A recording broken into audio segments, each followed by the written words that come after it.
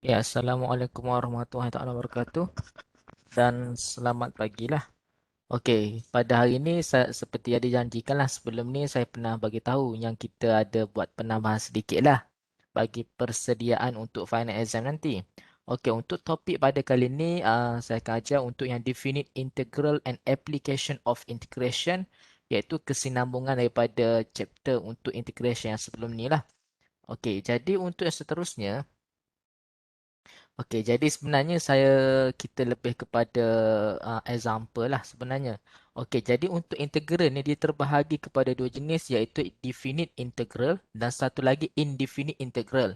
Okey, kalau sebelum ni saya dah bagi tahulah jadi macam mana kita nak buat integration using the indefinite integral. Okey, kalau indefinite integral ni maksudnya katakanlah example, katakanlah S4. Okey, S4 ds. Okey. Jadi bila tak ada nilai pada sini kita panggil indefinite. Okey, indefinite integral. Okey. Tapi kalau definite integral, okey, dia ada nilai. Katakanlah sini adalah 2, sini 1 dan di sini S kuasa 4 ds. Okey. Jadi beza antara indefinite integral dengan definite integral bergantung kepada nilai yang ada pada integration. Okey, dan perlu diingatkanlah kalau untuk definite integral ni, nilai pada di atas ni mesti lebih besar daripada nilai di bawah. Kalau sini ada 2, makna sini ada 1. Kalau katakanlah sini adalah 1, bawah ni mesti negative 1. Okey, jadi maksud nilai di atas tu mesti lebih kecil, lebih besar daripada nilai yang ada di bawah ni lah. Okey, jadi bila ada soalan yang melibatkan untuk find the possible value for this definite integral, maknanya kita akan dapat dua value. Katakanlah, maknanya kita akan pilih nilai yang paling relevan lah untuk sama ada ni nanti kita akan tunjuk example. Okey, kalau untuk indefinite integral, okey saya recap sikit lah. Okey, yang ni maknanya kita kena plus 1 lah. Maksudnya sini S5. Okey, divide by 5. Okey, ds. Plus C. Okey, yang ini kalau indefinite integral. Kalau katakanlah 1 over x squared. Okey, 1 over x squared dx. Okey, ds.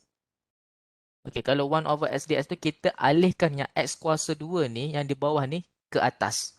Okey, jadi bila kita ke atas ni akan jadi x kuasa negatif 2 ds. Okey, jadi bila kita dah dialihkan ke bawah lah, kita lebih senang untuk kita buat integration lah. Okey, kalau integrasi kena plus 1 sini. Okey, jangan tertukar dengan differentiate. Kalau differentiate dia minus 1. Tapi untuk integration ni plus 1. Okey, jadi s negatif 1. Okey, negatif 1 bahagi dengan negatif 1. Okey, negatif 1 plus c. Okey, jadi jawapan akhirnya kita akan dapat negatif 1 over s plus c. Kerja negatif ni hasil daripada di bawah ni lah.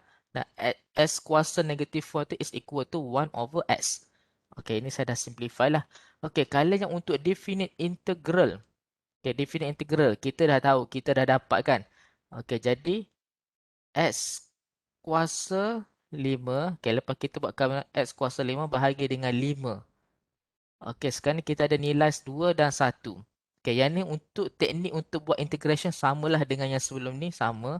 Okey, yang mana kita kena integrate terlebih dahulu and then barulah kita boleh buat dalam keadaan macam ni lah, condition macam ni. Okey, ada 2, ada 1. Okey, maksudnya sini, x tu adalah kita substitutekan dengan nilai 2. Maknanya 2 kuasa 5 bahagi dengan 5. Okey, kena minus 1 kuasa 5 bahagi dengan 5. Okey, jadi barulah kita akan dapat nilai value lah. Okey, kalau yang 2 kuasa 5 ni, okay, kita tekan kalkulator 2 kuasa 5, kita akan dapat 32 lah. 32 over 5. Okey, yang satu lagi kita akan dapat 1 over, okay, 1 over 5. Okey, jadi kita jawapan akhir kita akan dapat 31 over 5. Okey, tu beza antara indefinite dengan definite integral. Okey, dan perlu diingatkanlah nilai di atas ni mesti lebih besar daripada nilai satu di bawah ni. Okey, kita tengok pada example seterusnya. Okey, katakanlah saya Padam balik, okay. Padam balik, okay. Eraser balik. Okay.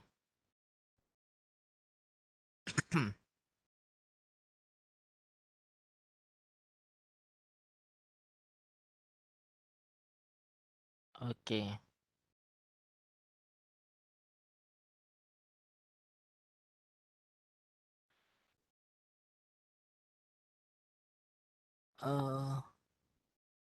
Okay. Okay, sekarang ni kalau katakanlah example untuk next bagi yang indefinite. Okay, yang sinilah. 3, 1. Okay, X kuasa 4 plus 1 dx. Okay, the first step what we need to do, kita integrate terlebih dahulu. Kita integrate. Okay, kalau kita integrate, kita akan dapat X kuasa 5 di atas bahagi dengan 5 plus X. Okay, bila jadi ni kita boleh dapat nilai 3, 1. Okay, kalau kita substitute, 3 kuasa 3 bahagi dengan 5 plus 3. Kan? Tolak.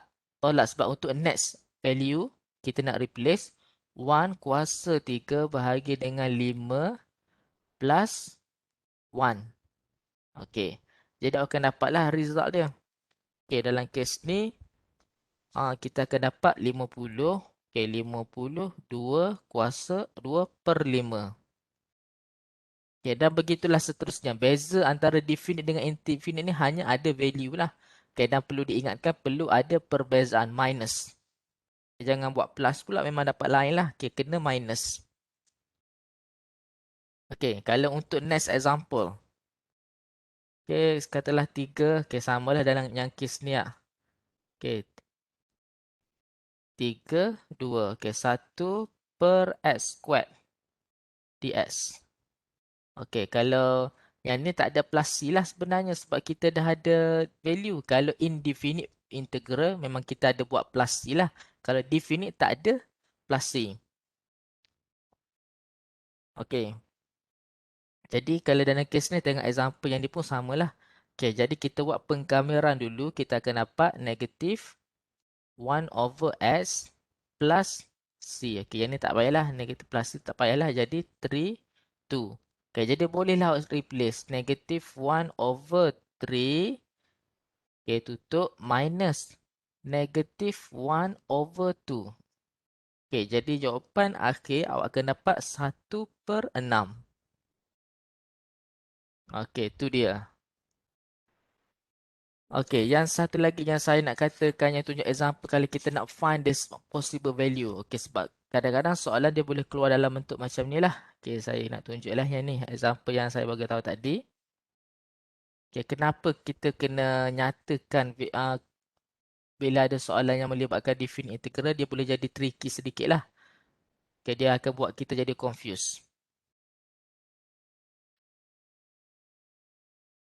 Untuk kita determine which one of the value yang most relevant lah.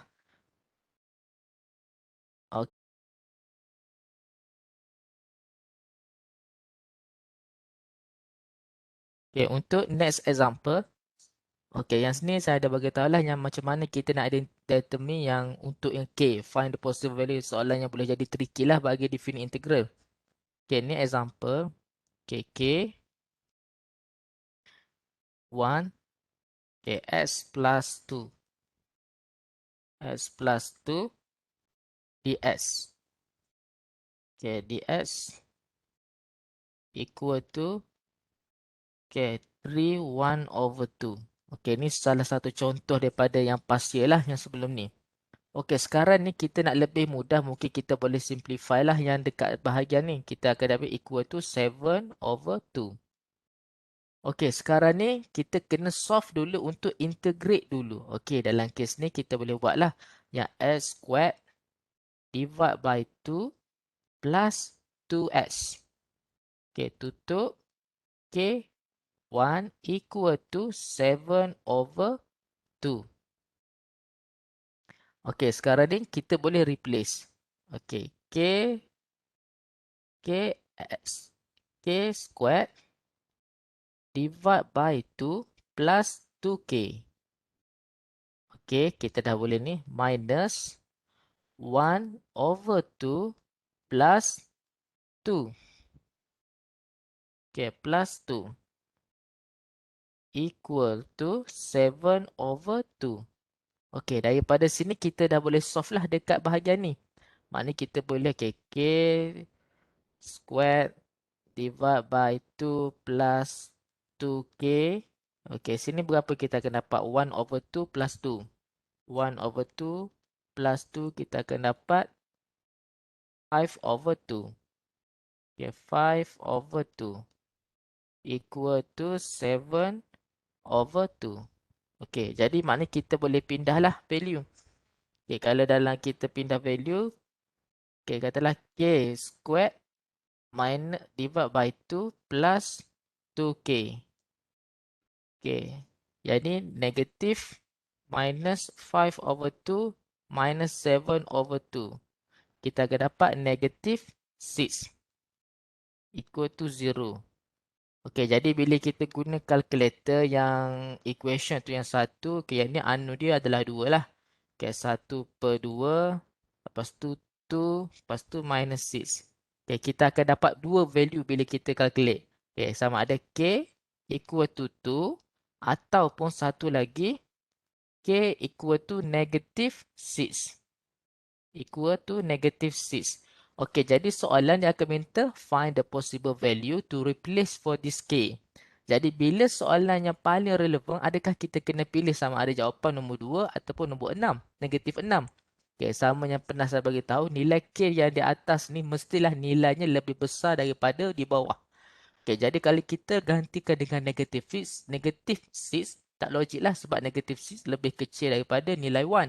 So, the most relevant value is number 2. Okey, jadi K is equal to 2. Okey, dalam kes ini adalah example yang berlaku pada pasal sebelum ni lah. Okey. Okay, seterusnya kita pergi kepadanya application of integration. Okey, untuk application of integration ni, okay, ini adalah formula-formula yang common use for the application lah. Okay, yang total cost mestilah equal fixed cost plus variable cost. Okay, fixed cost adalah nilai tetapan. Okay, yang variable cost ini adalah average cost. Okay, yang cost ni divide by the number of unit. X tu adalah produk ataupun number of unit. Marginal cost ni yang ni kita kena buat mestinya differentiate lah. Kita kena buat differentiate terlebih dahulu. Differentiate pada nilai cost equal to untuk marginal cost. Okey, yang satu lagi ini adalah minimum average cost. Okey, kalau average cost, yang inilah average cost. Maknanya kita hanya dapatkan nilai cost bahagi dengan number of unit. Tapi kalau dia minta untuk dapatkan minimum level of average cost, maksudnya yang ini adalah yang ni simbol C. C ada baris atas ni. Okay, equal to C yang differentiate. Okey, jadi ini adalah formula yang kita kena ingat lah. Yang C ni. Okay, yang tu adalah nilai C min. C min. Okay, yang ni adalah nilai min. Average. Okay, yang ni adalah nilai untuk marginal cost. Okay. Okay, jadi yang ni adalah formula yang kita akan gunakan lah. Okay, ada 4 formula bagi application. Sebenarnya ada lagi untuk total revenue tapi kita hanya discuss sampai untuk average cost sahajalah kalau kita tengok pada DCI. Okay, seterusnya. Example 1. Okay, ini adalah contoh soalan. Okay, cost. Okay, yang ni. Okay, tak lengkap soalan. Okay, CS equal to 5,000 plus 15x plus 0.01 x kuasa 2. Sekejap Okay, x kuasa 2. Okay, x the power of 2. Okay, sekarang ni, dia minta untuk find the cost, average cost, and. Okay, ada lagi and marginal cost. Okay, and marginal cost to produce. Okay, ada soalan lagi tak lengkap. To produce 100 units. To produce 100 units. Okay. Sekarang ni diminta untuk kita dapatkan 3 perkara lah. Cost, average cost and marginal cost to produce 100 units. Okay, the first step sekarang ni kita dah dapat bilangan 100 unit. Okey, jadi dia bagi kita ni untuk dapatkan kos. Okey, sekarang ni untuk kos kita boleh just substitute lah C S. S tu adalah number of unit lah. Seperti yang saya beritahu tadi lah. X tu adalah number of unit. Jadi S equal to 100. Okey, 5,000. Awak boleh replace lah. Plus 15.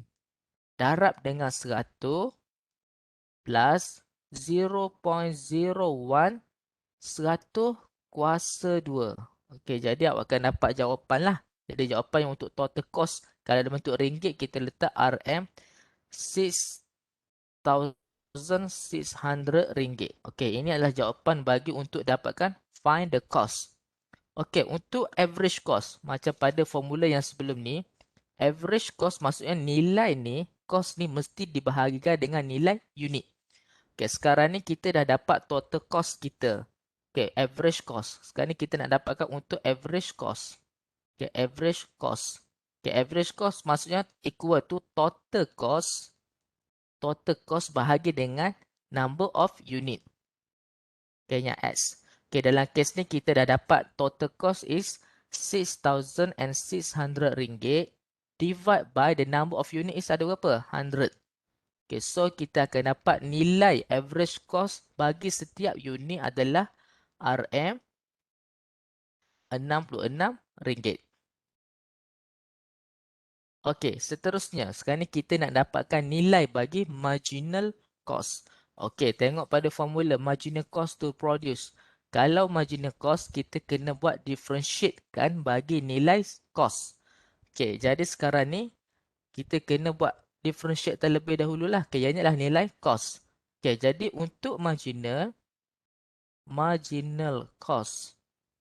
Okay, marginal cost equal to C differentiate untuk X. Okay, sekarang ini kita differentiate dahululah pada nilainya CX ni. Kalau kita differentiate, kita akan dapat nilai 50, 15, okay, plus 0.02x. Okay, yang 2 ni darab dengan 0.01, kita dapat 0.02x. Bila 2 minus 1, kita tinggal x sahajalah. Okay, jadi sekarang ni kita dah ada nilai x tu equal to 100. Okay, jadi kita boleh terus substitute lah daripada ni. Jadi 15 plus 0.02, okay, 100. Okay, boleh replace. Jadi kita akan dapat dalam bentuk ringgit RM 70 ringgit. Okay, maknanya kita dah selesai untuk 3 soalan ni. Maknanya kita dah dapat untuk find the cost, average cost dan juga marginal cost. Okey, seterusnya. Okey, saya padam dulu. Okey, untuk next soalan. Kita akan guna equation yang sama lah, expression yang sama untuk create another question lah. Okey, sebab kita nak suit dengan formula yang ada ni.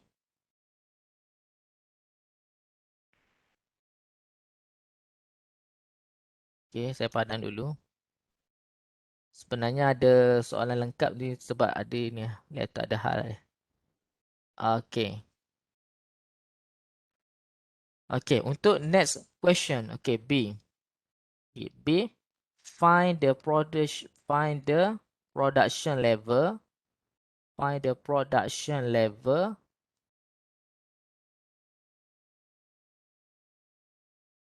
Okay, production level that will minimize.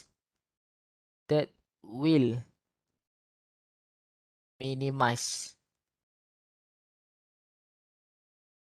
That will minimize the average cost. Okay. Kalau soalan yang melibatkan untuk minimize average cost ni, yang paling relevan formulanya ialah ni lah. Minimum average cost. Yang ni. Maknanya kita kena dapatkan nilai mean terlebih dahulu untuk cost ni. Lepas tu kena equal to with yang dah differentiate. Okay, yang ni lah nilai ni ha. Okay, average cost equal to with marginal cost. Kita akan dapat nilai untuk minimum average cost. Okay, jadi kita tulis dahululah formula. Okay.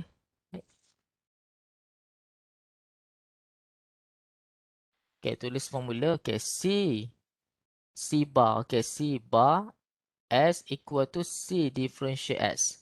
Okay, untuk formula. Okey, yang C bar, yang C differentiate kita dah dapat lah. C differentiate S. Kita dapat tadi kalau tengok sini dia equal to 15. 15 plus 0.02 S. Okey, kalau yang C bar S, maksudnya total cost bahagi dengan S. Okey, sekarang ni kalau kita nak dapatkan ni, kalau katakanlah yang tidak melibatkan dengan 100 unit. Sebab soalan tadi tu dia melibatkan 100 unit untuk A sahaja, tapi B ni tak ada melibatkan dengan produk 100 unit. So kita assume unit tu is equal to S. Okey, sekarang ni. Jadi untuk C bar ni, okey, jadi bila C bar S equal to total cost yang CX ni equal to bahagi dengan S. Jadi untuk C bar S 5,000, okey, bahagi dengan S. Okey, plus 15S bahagi dengan S. Dan seterusnya, plus 0.01 S squared divide by S. Okey, jadi bila kita simplify, yang ni akan jadi, tak adalah yang ni S kan. Okey, yang ni akan jadi 1X sahaja. Okey, jadi yang last kali untuk C bar X ni equal 5,000 over S plus 15 plus 0.01 S. Okey, jadi kalau dalam kes ni tengok pada formula ni, okey, yang C bar X ni equal with C differentiate X. Jadi maknanya yang C bar ni kita dah dapat, C differentiate pun kita dah buat. Okey, jadi kita boleh terus kepada equal. Okey, equal with 15. 15 plus 0.02 S. Okey, jadi bila kita simplify, okay, yang ni 15 dah ada. Okey, boleh delete lah yang ni. Okey, boleh delete yang ni. Okey, lepas tu yang 0.01 S. Okey, minus dengan 0.02 S. Okey, kita akan dapat lah. Okey, kita simplify. Jadilah sekali. Okey, 5,000 over S equal with 0.01 S. Okey, yang ni saya pindahkan. Kali ni kita pindah sini. Okey, 0.02 S minus 0.01 S. Kita akan dapat 0.01 S. And then yang nilai S ni kita pindah ke sini. Kita akan jadi, okay, 5,000 equal to 0.01 S squared. Okay, jadi bila kita solve ni, kita akan boleh dapat nilai X lah. Okay, yang 5,000 divide by 0.01. And then kita square rootkan nilai dia, kita akan dapat 707.10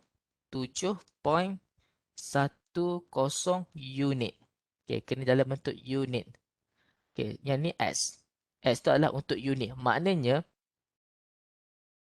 bila untuk menghasilkan production level ni, production unit yang paling minimum untuk kita hasilkan bagi kita untuk capaikan average cost ni adalah sebanyak 707 unit. Ataupun 708 unit lah, nilai unit yang paling minimum yang kita perlu dapatkan lah untuk kita dapatkan target minimas ni, average cost. Okey, jadi kalau kita nak tahu, okey, untuk soalannya, kalau katakanlah find the minimum average cost. Okey, jadi sekarang ni kita nak dapat find the minimum average cost. Yang ni untuk soalan C, yang ni kita baru dapat untuk yang B ni. Okey, baru untuk B kita baru dapatkan nilai unit. Okey, sekarang ni kalau soalan C.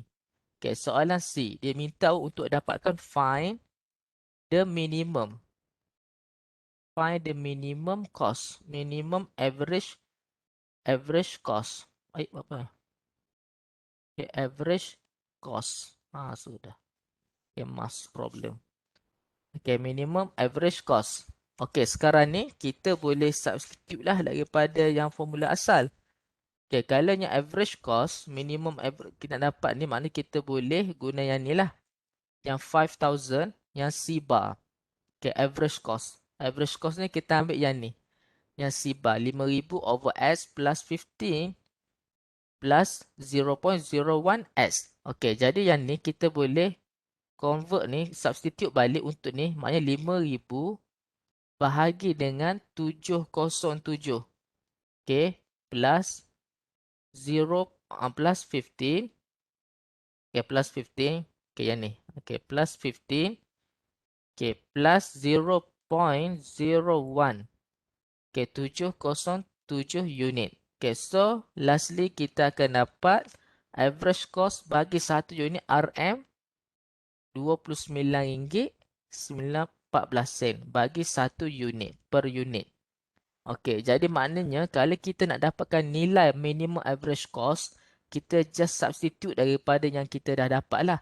Okay, yang atas ni, yang B ni, kita nak tahu berapa produk yang dapat kita hasilkan kalau kita gunanya nilai average cost yang paling minimum. Maknanya kita akan dapat hasilkan 707 unit. Jadi bila kita nak tahu kos bagi setiap unit, kita akan dapat RM29.14 bagi satu unit. Okay, ini adalah example yang kita boleh buat lah. Okay, yang ni saya mohon sangat-sangat untuk awak cuba study balik untuk chapter ni lah, application of integration. Okay, memang dia sebahagian daripada ni lah. Okay, jadi itu saja daripada saya. Sekian.